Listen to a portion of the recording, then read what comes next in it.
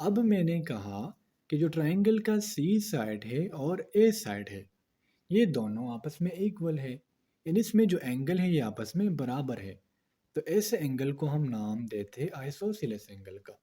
यानी अगर मैं कहूँ कि बी साइड 90 डिग्री है और सी साइड भी 90 डिग्री है, so these both angles are known as isosceles triangles. बिस्मिल्लाहिर्रहमानिर्रहीम। अस्सलामुअलैकुम।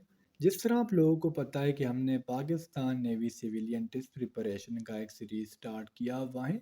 उसका पार्ट नंबर 1 हम ऑलरेडी अपलोड कर चुके हैं। अगर आपने प्रीवियस पार्ट यानी पार्ट नंबर 1 नहीं देखा तो फर्स्ट ऑफ ऑल आप पार्ट नंबर 1 देखो, जिसमें हमने 15 मोस्ट इंपॉर्टेंट एमसीक्यूज को डिस्कस किया हुआ है। आज की वीडियो में इंशाल्लाह हम इस सीरीज़ के पार्ट नंबर 2 को डिस्कस करेंगे। इसमें हम अगेन 15 मोस्ट इंपॉर्टेंट एमसीक्यूज को सॉल्व करेंगे, जिसके एग्जाम में आने के चांसेस बहुत ज़्यादा है। तो आप लोगों ने मेक श्योर करना है कि किसी भी एमसीक्यूज को स्किप नहीं करना। So without wasting any time, let's start the video.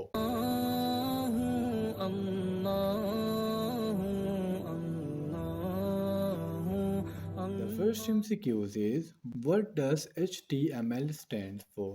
तो जब भी आप सिविलियन का टेस्ट देने जाओ तो आपने एब्रीविएशन को लाजमी से याद करके जाना है। सो HTML stands for Hypertext Markup Language।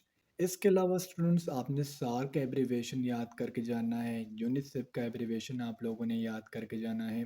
NGOs क्या होता है इसका एब्रीविएशन आप लोगों ने याद करके जाना है। इसके अलावा अगर हम बात करें यूएनओ की, यूएए की, यूएसए की, तो ये ऐसे एब्रीविएशंस हैं जो आपने याद करके जाना होगा। Excuse number 2 is CPU stand for. तो basically CPU stand for central processing unit.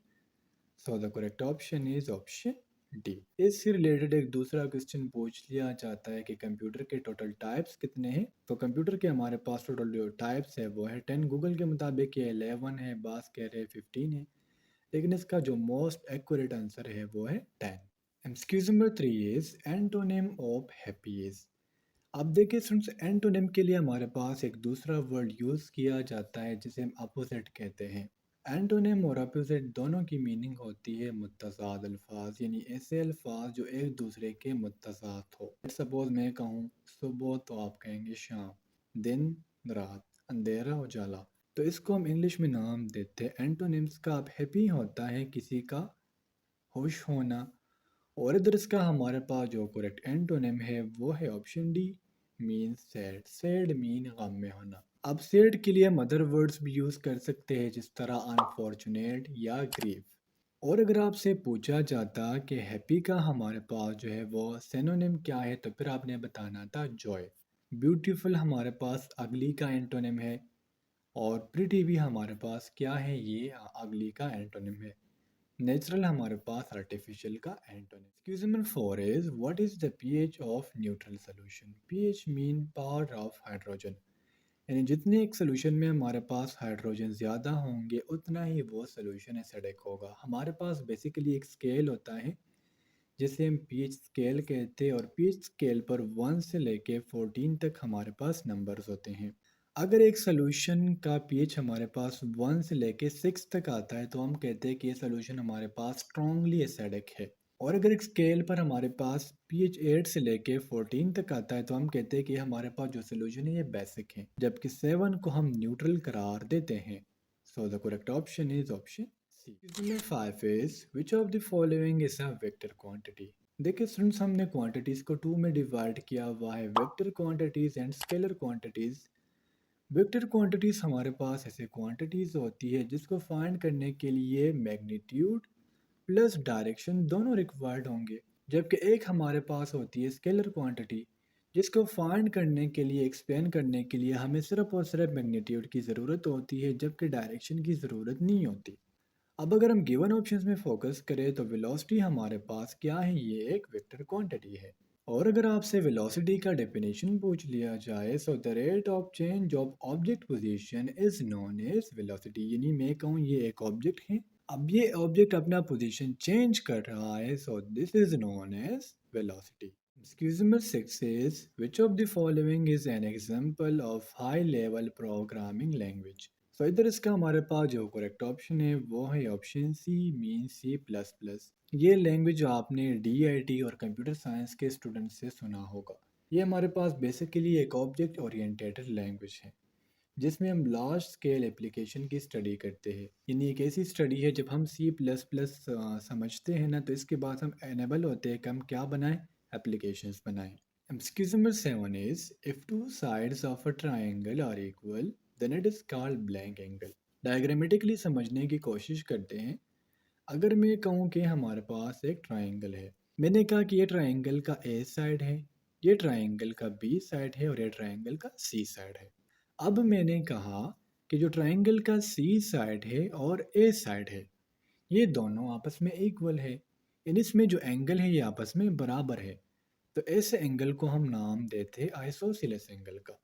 यानी अगर मैं कहूँ कि बी साइड 90 डिग्री है और सी साइड भी 90 डिग्री है, so these both angles are known as isosceles triangles.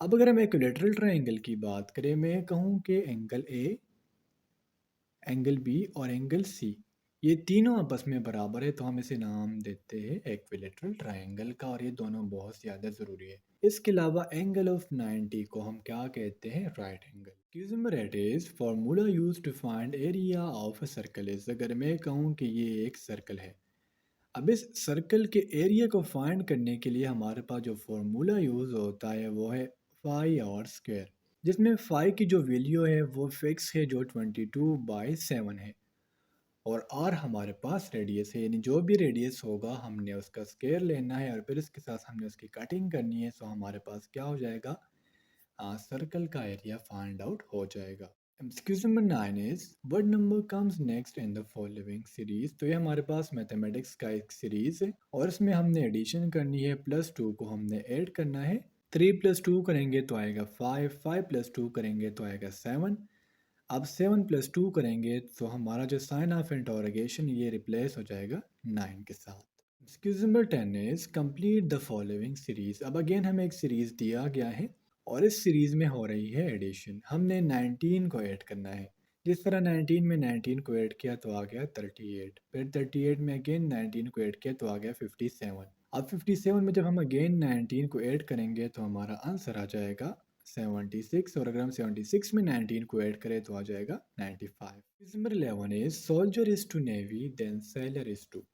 अगर सोल्जर नेवी में है तो सेलर हमारे पास क्या हो जाएंगे, ये हो जाएंगे आर्मी में। बेसिकली हमारे पास क्रॉस रिलेशन बताया गया है। वैसे सोल्जर होते हैं आर्मी में और सेलर होते हैं नेवी में, लेकिन उन्होंने कहा कि सोल्जर नेवी में है, सो सेलर हमारे पास आर्मी में हो जाएंगे। Excuse number 12 is antonym of pure is. तो प्योर होता है एक चीज़ का हालिस होना, यानी जिसमें मिलावट ना की गई हो, और इधर इसका हमारे पास जो करेक्ट एंटोनिम है वो है option C, mean impure and adulterated are both the antonyms of pure. 13 is synonym of beautiful is. अब सिनोनिम मीन मुतरादिफ अल्फाज, यानी ऐसे अल्फाज जो बोलने में डिफरेंट हो लेकिन इसकी मीनिंग सेम हो। ब्यूटीफुल मीन किसी चीज़ का प्यारा होना, तो प्रिटी और चार्मिंग ये दोनों हमारे पास ब्यूटीफुल के सिनोनिम है, जबकि अगली एंड अनअट्रैक्टिव ये हमारे पास ब्यूटीफुल के एंटोनिम्स हैं। Question number 14 is choose the correct spelling. तो ये हमारे पास सिविलाइजेशन का स्पेलिंग है और हमारा जो ऑप्शन है ये